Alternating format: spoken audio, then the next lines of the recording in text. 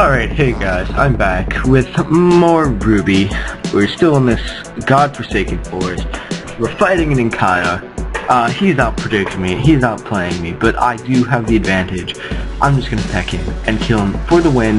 GG, no re. See ya on the ladder. And a Cascoon's gonna come out, I'm just gonna peck it, and it's gonna die. I don't know, it must have been like max damage or something, I don't know, but I did kill it.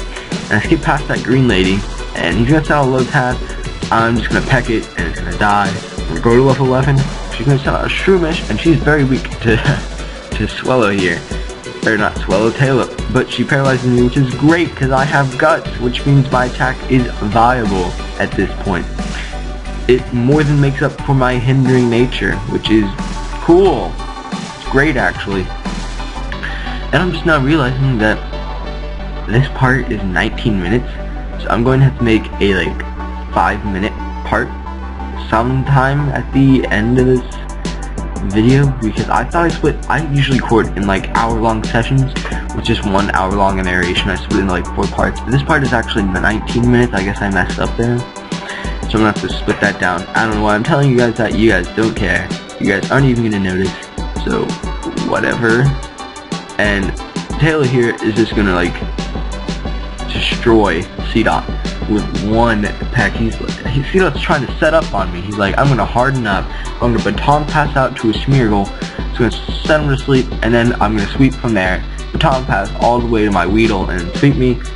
But that's not going to happen because Taylor is a boss and he can just take out crap with his peck, because I'm not stupid. And Gina and Tina, I thought we already fought a Tina, but I guess there's more Tinas. And don't be stupid like me. The house to the left of the Pokemon Center has the HM cut, and I forgot to do that. And I come back to it and get it at a convenient time. But just don't be like me and wondering where cut is. Just go to the house to the left and get cut. I don't get it until much later, but that's a dumb mistake on my part, because there's a lot of items and trainers you can fight with the HM cut that I just don't bother to get because I don't really care. Oh, and by the way, Chris is gonna sweep this entire gym. Actually, no, he doesn't. Psych, I'm joking. He doesn't sweep this entire gym.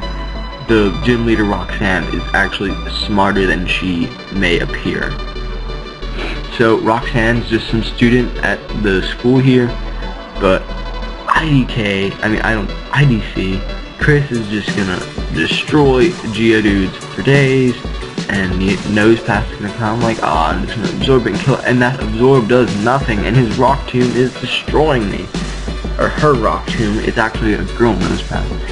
And I'm thinking, well, if he outspeeds me, which he probably will, because he's got 10 Rock Tombs on me, and then he goes for the Rock Tomb, and I'm like, why didn't you do that to begin with? You were never gonna outspeed me. So I don't know. But he does kill Taillow with that stab super effective rock throw. And I'm like, whoa, what just happened? Did I just lose to the first gym leader? That must have been a fluke. There must have been a crit somewhere. And I still don't kill this Geodude with a 4x super effective absorb. Stab 4x super effective absorb. That's if I had had the right nature, something that didn't hinder my nature or my attack stat so much, this might have played out differently. I definitely would have won the first time, but because I got less than good nature, it's not gonna work out. And I send out Harold just to get some growls on this guy so he doesn't Oko Chris. But Chris gets a crit on him. Chris is just killing people for days. He's gonna absorb. He's almost at full. I'm like, oh my gosh, I'm gonna win. And then he gets a crit. And I'm like, okay, if he outspeeds me or if she uses a potion, I'm going to lose. All I've got are Oran Berries, and I've lost already, so I can't afford to be buying potions.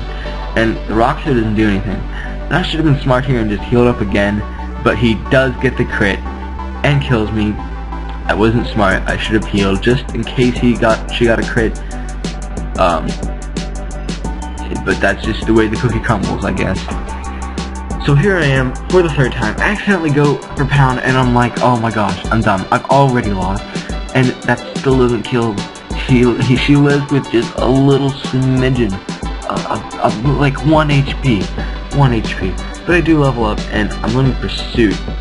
Not very useful at the moment, but that is a special move, because it is dark. So that it could be useful sometime. I guess. I don't know though. It doesn't, actually, because I think I forget it before we go to the psychic gym, because that's like the 7th gym. And I'm just going for growls, trying to get this guy's attack down low enough, and he's not killing me. He's not killing Harold, so I'm like, okay, I've got enough growls on this guy so that Chris can come in and pretty much just wreck, just crap all over her team, or her Nose Pass. I actually do like Nose Pass quite a bit. It's a cool Pokemon, even in this gen when it kind of sucks, but it is very cool. And she's a nice lady, so she doesn't go for the potion, knowing that I'm going to win anyway, unless she gets some miraculous crit. But very well timed. Trico's going to evolve here into a Grovyle.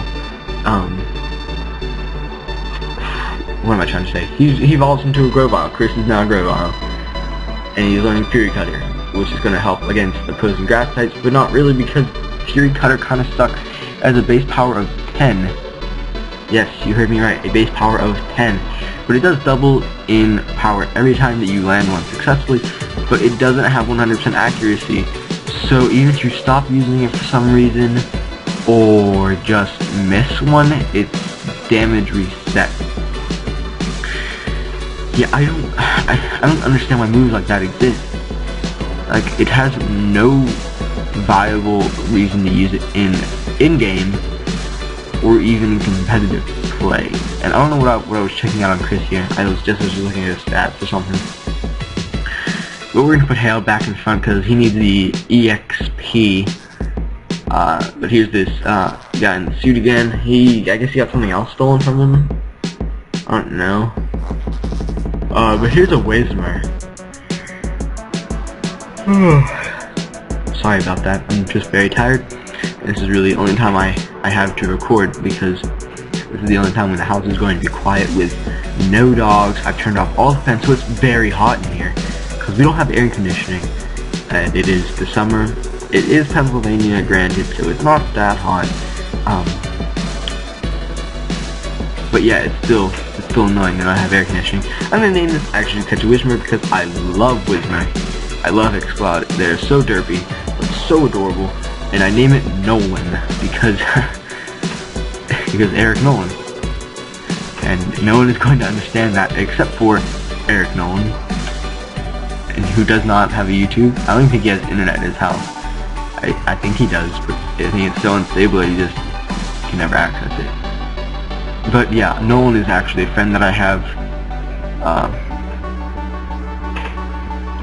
and he is very quirky, and I don't know why, but like, just Whismer is Nolan. That's just it. That's my explanation. If you, even if you knew him, I don't even think you would get it. But yeah. So Nolan over here is gonna uproar this Tailo, and pretty much just destroy that Tailo, because Nolan, that's what he does. He destroys things. And bug Pokemon can't stand up to Nolan's rage. Nolan he's gonna let Harold have this one. He's like, dude, I don't want to like bury this Rumple in the dirt, so you go ahead and kill him. I know you can't do that much. I don't want to decimate him, and just bring me back in to get the experience. It's okay. I'll take one. I'll sit this one out. But I do. He decimates this Silcoon. Silcoon can't do anything. He can't stop the power that is Nolan the Whismer. And in comes Ninkata. I'm like, Ninkata, you can't do crap. Actually, he does take those uproars very well, and his scratch is doing more than I would like it to. But oh, Nolan lives with 3 HP. He's just destroying stuff. He's already level 9. No one can stop the wreckage that Nolan will cause. But Nolan is a little slow, so he can't escape, but his soundproof blocks the growl. Predicted, you Zigzagoon fool. So I'm just gonna heal up here, because Nolan's looking a little down. He's a little beat up. He's got some scratches, some Nam wounds, but it's all good. Nolan is ready to destroy things again. And I'm going to obsess over this Nolin thing for the longest time. Don't expect me to stop. And in fact, in every Let's Play that I've recorded, because I have recorded a red and a quartz, I'll have every single one. I have at least one Pokemon named Nolin or Eric on my team. But Machopp's gonna come in, and that does threaten Nolin a little bit with the low kick. But I'm just gonna stay in with Nolin, thinking, hey, he probably doesn't have the stab fighting move yet. He is level 10, but whatever. Nolin can probably take it and destroy him with an uproar, but that isn't the case, because he does reveal to me that he does have the low kick. And Harold over here only weighs 1 pound, and he resists it. So that's not going to do anything to Harold, even though Harold is, after all, very frail.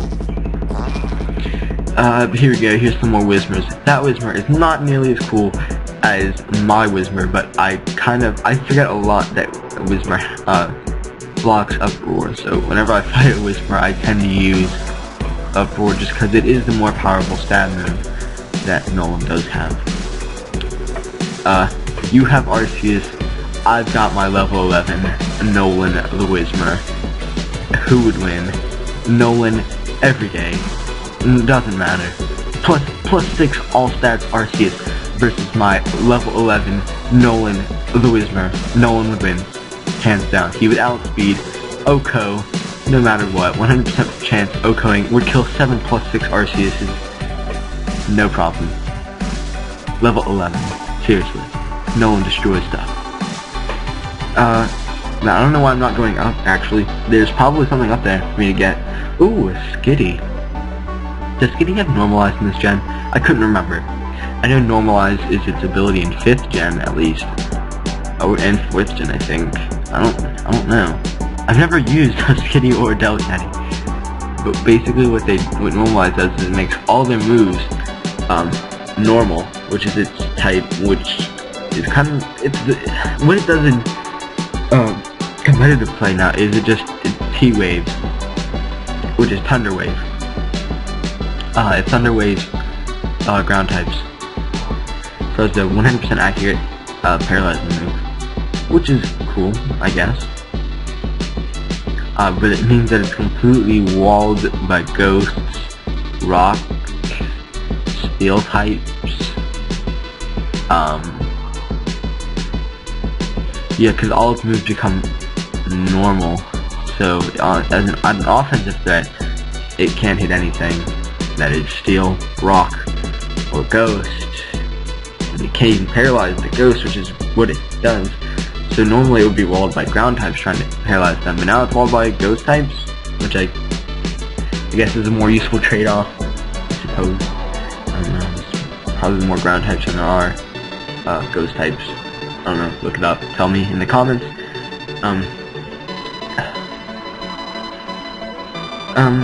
After we beat this guy, I think we're just gonna end it off.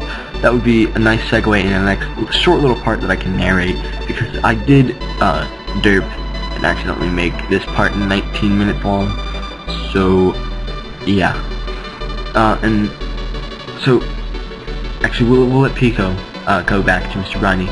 Well, I'm gonna ask a comment question of the day, like Ray William Johnson and like a lot of YouTubers do. And the question of the day is, what's your favorite Pokemon? Mine is Whiscash, obviously, hence my name. So just leave it in the comments. And we're just gonna end the part here. I know it's a little abrupt, but we're going to have to deal with it. I found an X special, by the way. So I will see you guys on the ladder. Goodbye, and have fun.